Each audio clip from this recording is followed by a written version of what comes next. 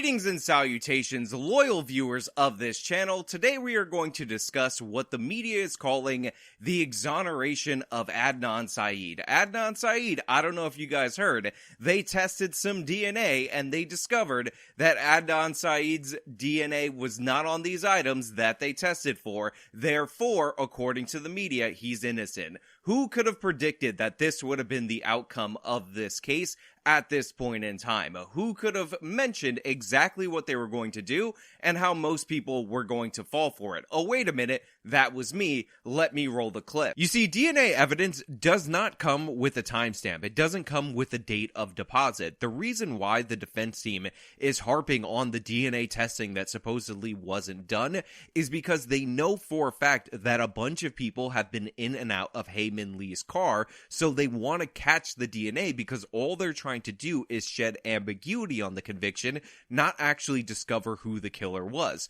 On top of that, it's a no-risk proposition for them because they know for a fact that Adnan was her ex-boyfriend. He had been in that car at other periods of time. So even if we discover that he did in fact leave DNA all over that vehicle, it's not really going to make a difference because we all acknowledge that he was in the vehicle. So they have a built-in excuse for if the DNA comes back Adnan to say, oh, well, that actually doesn't prove any guilt. This is one of the reasons why, even though we all think DNA is the gold standard of evidence, we have to understand that it can be just as circumstantial as any other piece of evidence, especially depending on the scenario. If you do DNA testing on the vehicle, what you're going to find is that a bunch of people were in that vehicle at any given time. You'll find that her parents were likely in the vehicle, her younger brother, her cousin, other people that she would have given rides to, her current boyfriend or her boyfriend at the time of her murder, and Adnan. So what you end up doing is creating a situation where you're proving something that doesn't really impact the case, but it sheds ambiguity and it allows you to make more crappy commentary, more crappy documentaries, and assert that this evidence is somehow stronger than any of the evidence put forward, when in reality, it's the exact opposite. Now hold on to your hats, everybody, because I will explain to you in great detail, in simple terms, in a concise manner, in a beautiful manner, if I might say, how this DNA testing was deliberately done in such a way in order for them to give a phony exoneration to Adnan, and why it doesn't stand up to any level of the evidence presented at trial, which is still overwhelming and points to Adnan being the killer of Hae Min Lee. However, this video is sponsored, so since I have to pay the bills, I'll toss it over to the sponsor, then I'll bring it back over here and we'll discuss it on the other side. Visible signs of aging only get worse over the years because of a thing that we lose called collagen. Every decade, you lose about 10% of the collagen production within your body, and that means by the time that you're 45, you're producing about 30% less collagen. And this is important because collagen rejuvenates. Collagen keeps your skin looking young. It keeps your hair looking nice. And this is one of the reasons why I recommend going to the basic fountain of youth that is Health with Justice and getting yourself a collagen supplement. This powder actually has 5 different types of collagen within it, and it can help fight the visible signs of aging so you can look good, because when you look good, you feel good. And you can try this over at healthwithjustice.com for 51% off and risk-free with a 60-day money-back guarantee. That's healthwithjustice.com, healthwithjustice.com. So for some reason, people seem to think that DNA is this requirement that we must have in all the cases in order to prove guilt. First and foremost, 92% of convictions have nothing to do with DNA. DNA is never introduced at trial as a form of evidence. It is neither an exonerating nor is it a convicting factor in 92% of cases. Secondly, this murder, when Adnan Syed murdered Hae Min Lee, took place in 1999. So the things that we looked for in terms of DNA in 1999 are far different from what we look for now. So when you have things like a murder weapon, or you have somebody completely denying any affiliation, the fact that you could use more modern DNA testing in order to look back and see if possibly you can tie that person to the scene of the crime, thus proving their guilt, that is a good use of DNA evidence. However, in this case, this is not what happened. In this case, Adnan Syed murdered Hae Min Lee because she broke up with him, meaning that they were ex-boyfriend and ex-girlfriend. So there was never any question on whether or not Adnan had been at any point in time in Hae Min Lee's vehicle. This is why I call the DNA testing a farce, because what they were going to do is that if the DNA testing showed anything related to Adnan, they were going to say, well, of course his DNA is going to be there. DNA doesn't come with a timestamp, and Adnan was the ex-boyfriend, so obviously he had been in that car before. So you ended up setting up a system where you couldn't disprove any hypothesis. On top of that, the items tested and what actually yielded DNA should be quite telling for those of you who perpetuate the innocence fraud, because what they tested were the clothes that Hae Min Lee was wearing the day of the murder. And it turns out, through the modern testing where they looked for DNA that was undiscoverable back in 1999, which, by the way, they ended up doing in 2018 upon appeal, they were not able to find any DNA samples for anyone, so those clothes were completely useless in terms of evidence. However, they did test one more item, and these were the shoes of Hae Min Lee. Now, these shoes of Hae Min Lee were not shoes that were found on her body. These were shoes of Hae Min Lee that were found in her vehicle. So, according to the DNA testing, they found 4 DNA profiles on Hae Min Lee's shoes. Therefore, since none of those profiles were Adnan Syed's, Adnan Syed is supposedly innocent. But here's the thing. Hae Min Lee's shoes were probably not touched by the person who strangled her during the course of the strangling. Here's the thing, if you actually look at the shoes, or anybody's shoes, and you decided to test it for DNA, because we walk around on them and people leave biological material everywhere, you would likely find multiple DNA samples. Here's the thing, none of the DNA samples found on the shoes match these supposed alternative suspects that supposedly would have been the people to kill Hae Min Lee instead of Adnan Syed. So these shoes don't prove anything. And the idea that we have now 4 killers because 4 people's DNA were found on shoes in Hae Min Lee's vehicle is absurd. And remember, there is nothing to indicate that any of these 4 DNA profiles that were found on Hae Min Lee's shoes have any timestamp or any association with her murder. If these were the shoes that she used while she was doing athletics, she could have got people's sweat from the gym that she was running on those shoes. If these were shoes that she wore anywhere,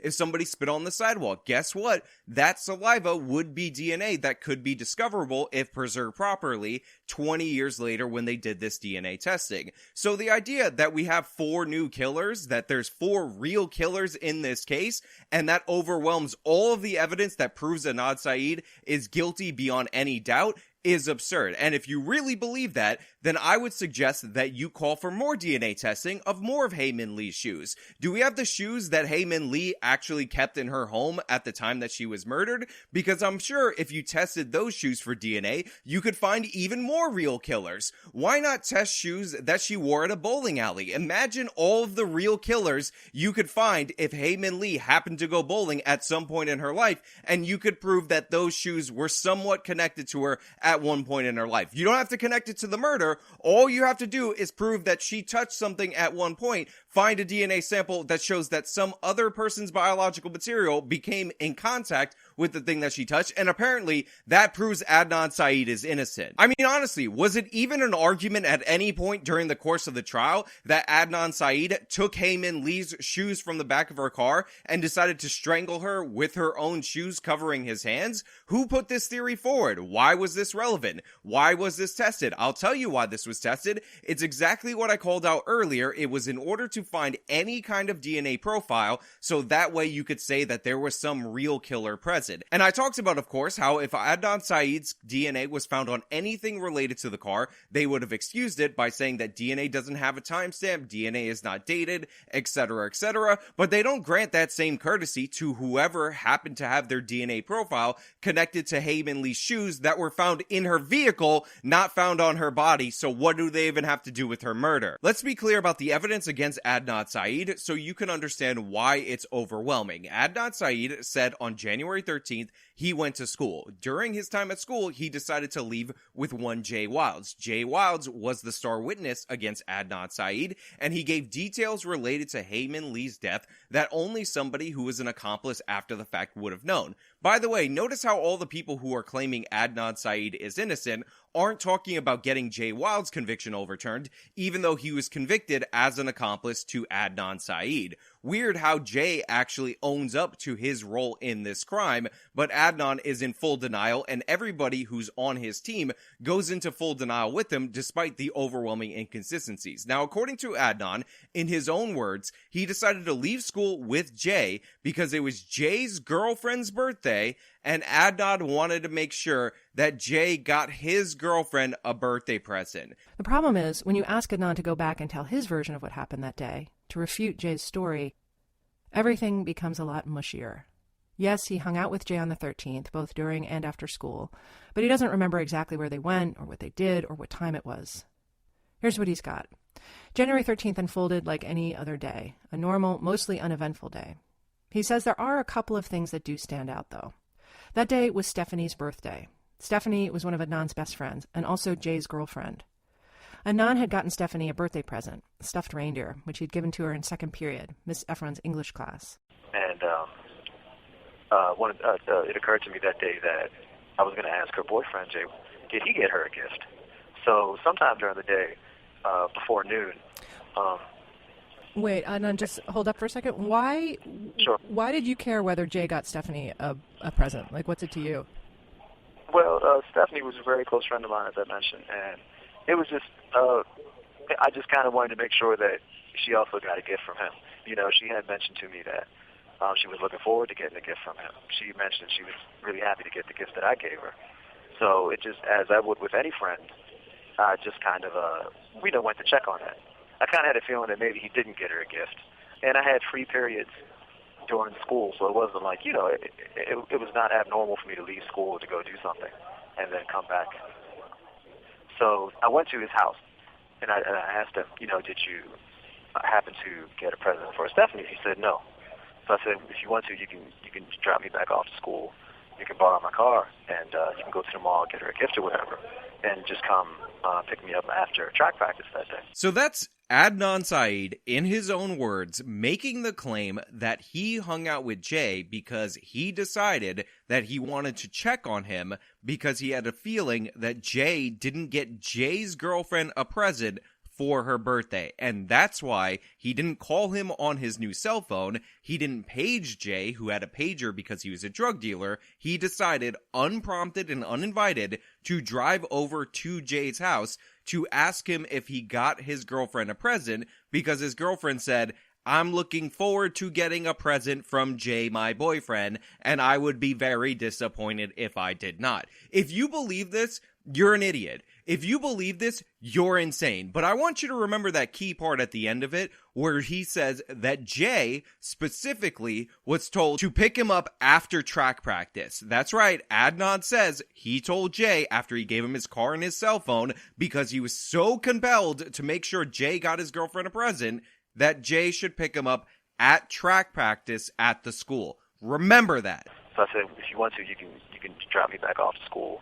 You can borrow my car, and you can go to the mall, get her a gift or whatever, and just come pick me up after track practice that day. Now, Jay says that the reason he had him borrow the car and the cell phone from Adnan was because he was going to call him later after he murdered Hae Min Lee in order to get picked up. Which one do you think makes more sense? On top of that, during the course of the day, other people saw Jay and Adnan together. 2 independent witnesses testified that they saw both of them together. On top of that, witnesses testified that Jay told them that Adnan had killed Hae Min Lee. On the day that she went missing, he had told her that they killed her and buried her. Now, Hae went missing on January 13th, and her body was not found until 6 weeks later. Yet you have 3 people who know the day of the murder that Adnan Syed committed the murder, and they all came forward to testify to that fact in court. So how these people all knew coincidentally that Hae Min Lee was strangled to death, doesn't make any sense if you're one of these Adnan Syed truthers. On top of that, if you're going to go with the explanation that Jay Wilds for some reason killed Hae Min Lee and then framed himself as the accomplice and Adnan as the perpetrator, you're going to have to come up with some form of motive, because Adnan Syed actually has a motive in the case. He was distraught due to their breakup. She started dating somebody 13 days before. Adnan had written on the back of a note where Hae Min Lee was telling him to back off, stop harassing her, that he's going to kill her. Okay, here it goes. I'm really getting annoyed that the situation is going the way it is. At first, I kind of want to make this easy, for me and for you. People break up all the time. Your life is not going to end. You'll move on and I'll move on. But apparently you don't respect me enough to accept my decision. This was definitely written probably the Monday or Tuesday after homecoming. The more fuss you make, the more I'm determined to do what I gotta do. I'll be busy today, tomorrow, and probably till Thursday. I got other things to do. Better than give you any hope that we'll get back together. I really don't see that happening, especially now. I never want to end this like this, so hostile and cold. Hate me if you will, but you should remember that I can never hate you. Now, you might say this letter on its own only goes to her state of mind at that period of time, and this is where you would be wrong, because Adnan and Hae would actually write notes back and forth, and this letter was in the possession of Adnan, and what he wrote on the back of this note was the following, right at the top, and by the way, the handwriting analysis proves that this was in fact him. He wrote, "I'm going to kill." And this was all presented during the course of the trial. The classic thing, girl leaves guy, guy gets angry, if you can't be with me, you're not going to be with anyone, he kills her. That's this case, textbook. Jay Wilds killing Hae Min Lee doesn't make any sense. No motive, no rational person would come to that conclusion. And on top of that, since Adnan says that he decided to go with Jay, and he decided to force the issue for them to go and hang out at the mall to get a present for Jay's girlfriend, if you believe that nonsense, it means that Jay must be the luckiest person in the history of the world, because he was able to get Adnan's car and cell phone from him unprompted at the same time for no reason that he was going to kill Hae Min Lee. On top of that, Adnan told the police that he was asking Hae Min Lee for a ride. The day she went missing was just a normal day to me. I think I told her that day that I was going to go get my cell phone. So I called her the night before, and I think she wrote the number down in her diary. I've never talked to a police officer before. And when he called me, I was literally high on marijuana, and then the cop calling me. So when he asked me about Hae, I just remember kind of like, hey, did I ask Hae for a ride that day? I spoke to Mr. Syed, and he advised me that he was supposed to get a ride home from the victim, but he got detained at school and felt that she just got tired of waiting and left. So Adnan, the day that Hae Min Lee went missing, was contacted by the police because people were worried when she didn't show up to pick up her cousin, and Adnan told the police that day that he asked Hae to pick him up because he didn't have a car. Remember, he just told in the podcast, the host of the podcast, that Jay was supposed to pick him up from track practice, but now all of a sudden, when it's talking to the police, and by the way, this is corroborated by what was testified to in trial, Adnan was actually supposed to get a ride from Hae, thus making him the last person to see her alive. Are you a bit confused by this story right now? Are you having a little bit of difficulty on why Adnan can't keep his story straight? How about this little anecdote? Adnan Syed would actually call Hae Min Lee, according to phone records, each and every day. In fact, he called her 3 times the night before in order to arrange this pickup meeting, which is weird because he says that this was a spontaneous thing because he lent Jay the car because he was really concerned that Jay didn't get Stephanie a birthday present. But the thing is that after Hae went missing and Adnan had no reason to suspect that she was dead, Adnan never called her again. After she died, the day that she died, Adnan never called at all. He called her every single day. When somebody goes missing, isn't the first dumb, normal guy thing that you would try to do to be to call her? Well, Adnan didn't. I wonder why he didn't think calling her would do anything. Now, Jay told the police that he asked for the ride because that was his plan to kill him, and he was going to call him on his own cell phone and have Jay pick him up. So, which one makes more sense? That Adnan coincidentally gave the real killer the vehicle and the cell phone, all the things that would lead to his conviction, and then coincidentally got a ride from the murder victim, and then coincidentally, Jay Wilde somehow was able to kill her because remember, he knew and told people that Hae Min Lee was strangled and buried in a park that day. How does that make any sense? Again, people talk nonstop about the inconsistencies in Jay Wilde's story, and they'll say, oh, Jay Wilde's was inaccurate about this or that moment, but all the inaccuracies in Jay Wilde's story don't actually matter. Him saying that he didn't see the body in front of his grandmother's house because he was a drug dealer dealing drugs out of his grandmother's house and he was worried about consequences for her totally makes sense. But the consistencies, the things that he told other people at the time, a day of, before the body was discovered, and the things that he told the police that are corroborated by the evidence are the actual key components of this story. This is what ties it together. Adnan has multiple fake alibis that don't make any sense.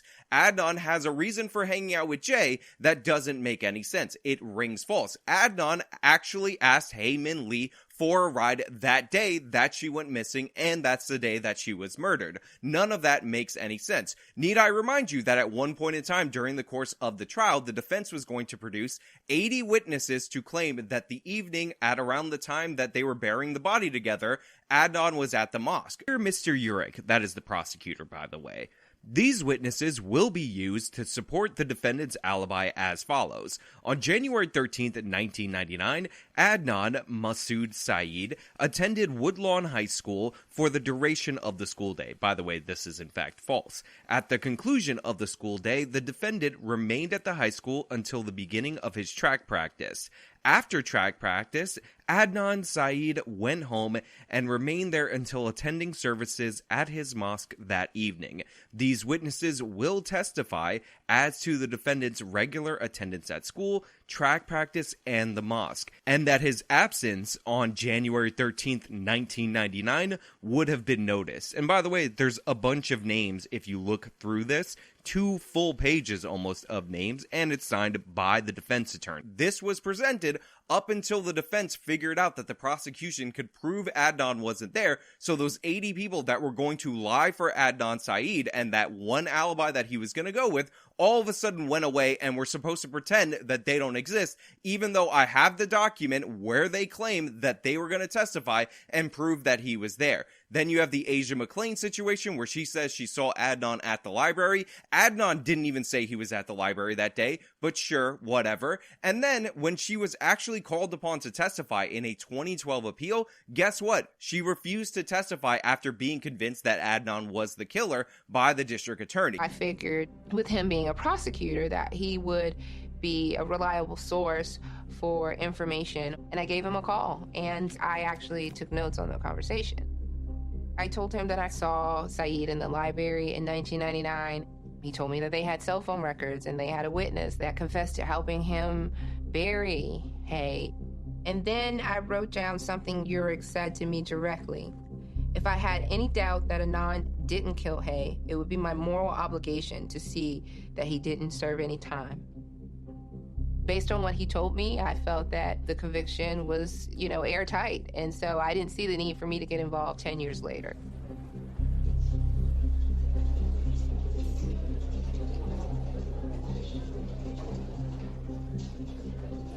Now, if you had a conversation with somebody who's accused of murder at the same time that you had the conversation with them, how are you going to be convinced that this person was the killer? The reason why Asia McClain didn't testify in 2012 is because she was afraid of perjury charges. 2 people at the time heard her say and were told directly by her, and they signed sworn affidavits to the fact that she would lie for Adnan Syed because she believed in Adnan Syed. When she actually went to trial, push came to shove, turns out she backed out. So I don't know if you guys are counting, but that is 3 alibis down the tube for Adnan Syed. But again, we're only going to talk about the inconsistencies in Jay Wilde's story, as in him changing where he saw Haemin's body in the trunk of the vehicle. That's the only thing that we're going to discuss. The next thing that we go over is the cell phone data. Now, everybody and their mother says incoming calls, totally not reliable for location data, outgoing calls, totally reliable, because the incoming calls actually ping at the time of burial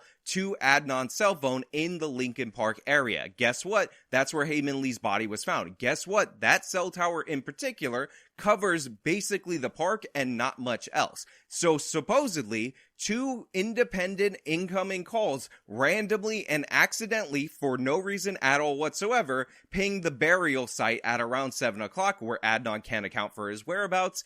And then after that, people don't want to talk about this, at the car dump site at 8:04, an outgoing call pings that location. So you have an outgoing call, which supposedly, according to the conspiracy nuts, is reliable for location data.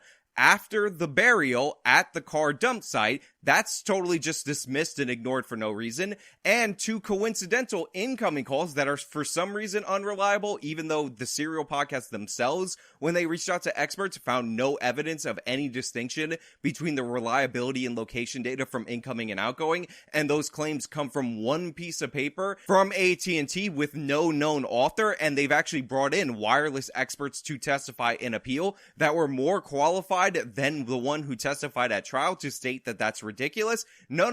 For some reason, that's totally debunks everything for some reason. On top of that, there's another stupid point that keeps being brought up in my comments, and that is the so-called lividity issue. That is the so-called full frontal lividity. Now, where this comes from is where all of these conspiracy theories come from, which is Adnan Syed's best friend's sister, Rabia, the person who has sold a best-selling book off of this, who did her own podcast, who has become a millionaire off of this, who the HBO documentary is based on her book. This person released an excerpt from the autopsy that said something about full frontal lividity. Although, to be clear, the phrase full frontal lividity is actually a bit of a misnomer. That's a bit of a paraphrase that came from Rabia for some reason, because what it actually says was lividity was present and fixed on the anterior surface of the body, except in areas exposed to pressure. Now, anterior does not mean frontal. It doesn't mean full frontal. If you look up the definition of anterior, guess what? It means closer to the front. For those of you who don't know, when you die and whatever position you're in, gravity pulls your blood to that position. So the idea is, since Hae Min Lee was buried kind of on her side, then therefore full frontal lividity would mean that she was laid face down, lividity set in, and then she was buried, thus disrupting the timeline. That is the point that is brought forward by this excerpt of an autopsy put forward by Rabia, the propagandist who's making money off of pretending Adnan is innocent. Now, the reason I say excerpt from the autopsy is because it is just in fact that, because after the state realized what they were doing, that they were using this excerpt, they actually released the full autopsy, and it turns out 1 page later, they described exactly where the blood was pooling, and the blood was pooling inside of her face and part of her chest. The exact parts that would have been exposed to the ground where Hae Min Lee was buried, in the position that she was found to be buried in. So the lividity is not full frontal lividity. That is made up by Rabia. That is something taken out of context from the autopsy. And if you bother to read the autopsy, 1 page later, it's completely debunked. Generalized skin slippage was noted, and liver mortis was prominently seen on the anterior upper chest and face. A poorly defined paranasal areas of dark discoloration of the skin was seen extending to the right of the face, which approximately measured 1.5 to 2 inches. There was a fairly circumcised dark brown skin discoloration measuring 1 inch in diameter on the left cheek. These 2 last described areas are consistent with pressure applied with contact with the elements. So what this is saying is that the blood blood settled nearer to the front than to the back. However, there were specific areas based on the way that she was contorted where the blood pooled even more, and those areas were also responding to pressure. Now, for those of you who think we might have changed subject because the terms were changed from lividity to livor mortis, I just want to point out that if you look up the definition of livor mortis, you will find that it also means lividity. So yes, this section right here debunks the claims made about this section right here. Do I need to go over any other stupid conspiracy theories about Adnan Syed being innocent? What about the Brady violations? Supposedly, it's a Brady violation for the cops to not disclose that at other points they looked at other suspects. And allegedly, theoretically, this would have helped prove Adnan is innocent because this is supposedly exculpatory evidence. Now, this was adjudicated multiple different times. This was discovered to not be a failure to disclose kind of situation. And more importantly, the other suspect that they looked at was not somebody who was randomly completely disconnected from Adnan. It was actually Adnan's best friend at the mosque and mentor, a 27-year-old who only worked as another accomplice, not as a suspect on their own. So if Adnan wanted to run into court with the defense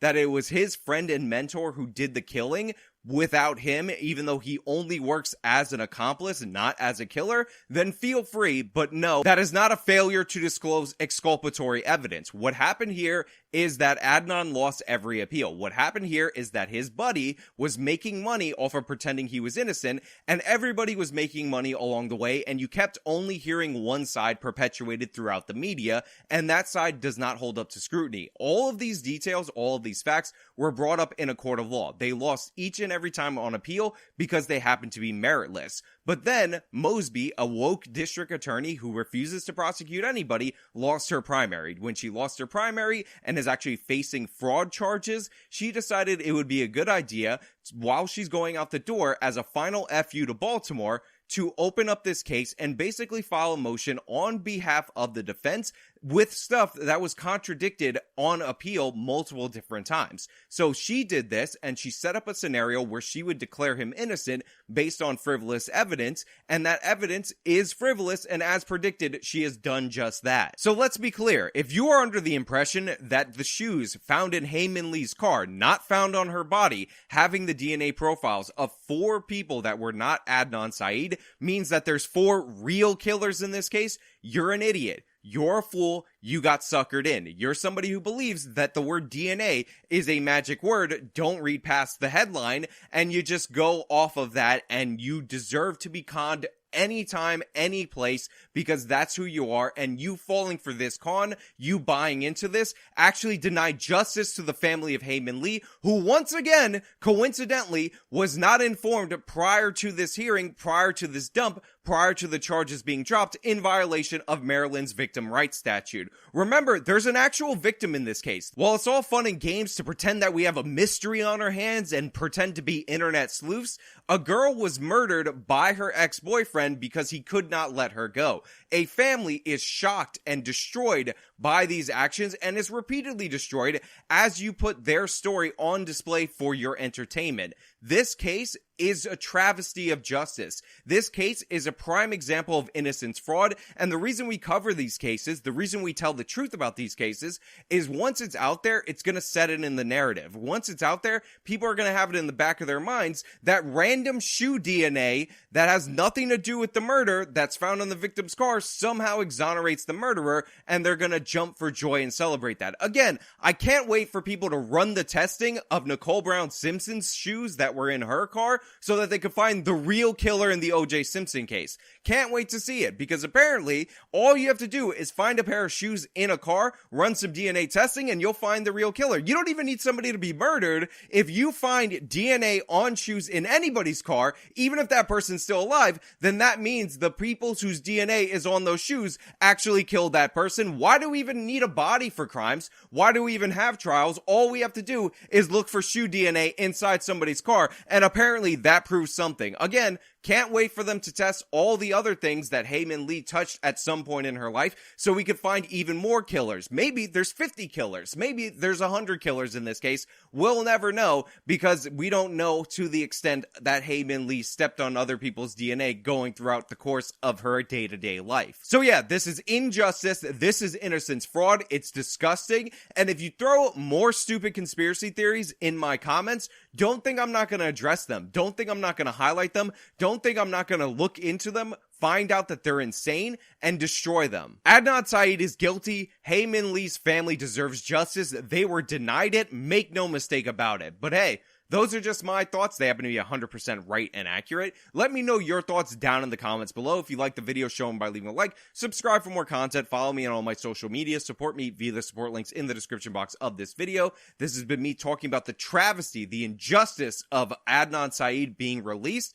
Till next time.